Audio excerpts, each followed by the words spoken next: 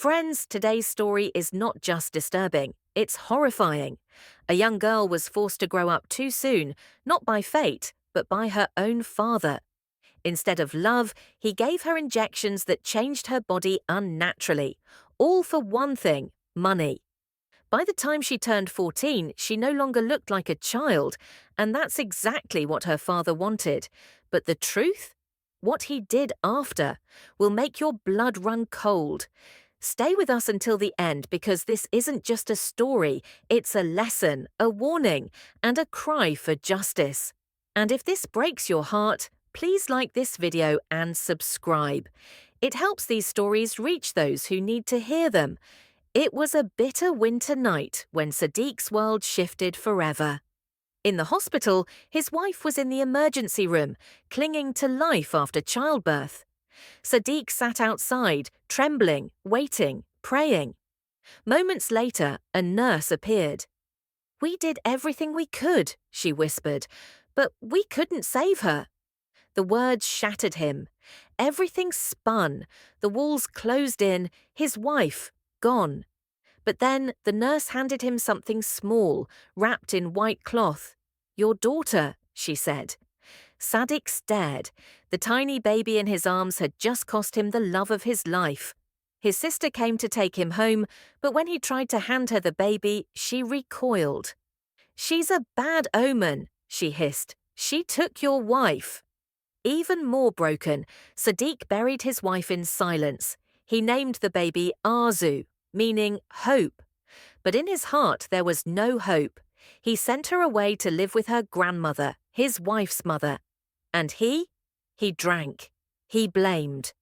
"If this child hadn't been born," he muttered again and again, "my wife would still be here." Years passed, Arzu grew, and Sadiq forgot he even had a daughter.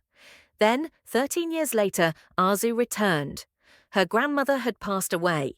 Now she had no one. Sadiq opened the door, saw her, and felt nothing. No joy, no sorrow, just that same old resentment. He didn't speak, he didn't smile. He simply walked away and left the door open behind him. Arzu entered the house, dusty, dark, filled with the stench of alcohol. But she tried. She cleaned, cooked, stayed quiet. "Baba," she once said softly, "there's no food left. Maybe you could work again?" Sadiq scoffed. "You sound just like your mother," he growled. That night, something twisted woke inside him.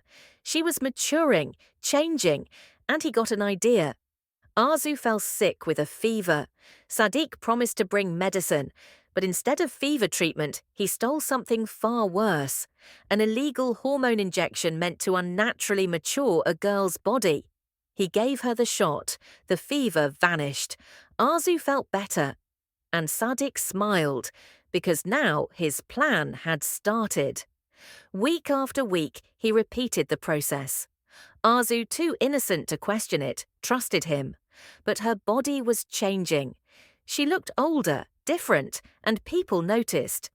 "Have you seen Sadiq's daughter?" whispered neighbors. "She's only 14 but looks grown. Something's not right." Arzu overheard. Her hands trembled. That night, she asked her father, "Why do I always get sick?" "You're weak," he said, "but I'll always take care of you." She believed him, but in her gut, something felt off. Then came the night it all fell apart. "We have a guest tonight," Sadiq said with a strange grin. Javed, a heavy-set man with greedy eyes, walked in and stared at Arzu like she was a prize. "She's grown," he smirked. Sadiq chuckled. "Healthy girls mature fast." Arzu's skin crawled. Later that night, Sadiq announced he had to step out, leaving Javed alone with her. As soon as her father left, Arzu locked her door, her heart thundering. Then came the knock. "Your Baba told me to take care of you tonight." Javed's voice slithered through the door. Arzu ran. She climbed out the window barefoot and ran through the freezing night. She didn't stop, didn't look back. She pounded on a door, her aunt's house. When her aunt opened it, Arzu collapsed into her arms and cried, "He gave me to that man. Baba sold me." Her aunt held her tight. "You're safe now," she whispered, but her eyes burned with fury. The next day, her cousin Imran called the police, and soon, justice knocked on Sadiq's door. He opened it, drunk as usual, only to be met by two stern officers. "You're under arrest," they said, "for attempting to sell your daughter." Cuffed, dragged into the street. His neighbours stared, and across the road stood Arzu. Their eyes met. For once, Sadiq felt something. Not anger, not hate, but shame. Real, soul-crushing shame. Because his daughter was no longer afraid of him. She was free. And he was nothing. Arzu never saw her father again. She started a new life, one built on strength, not fear. She never forgot what was done to her. But she survived. She rose.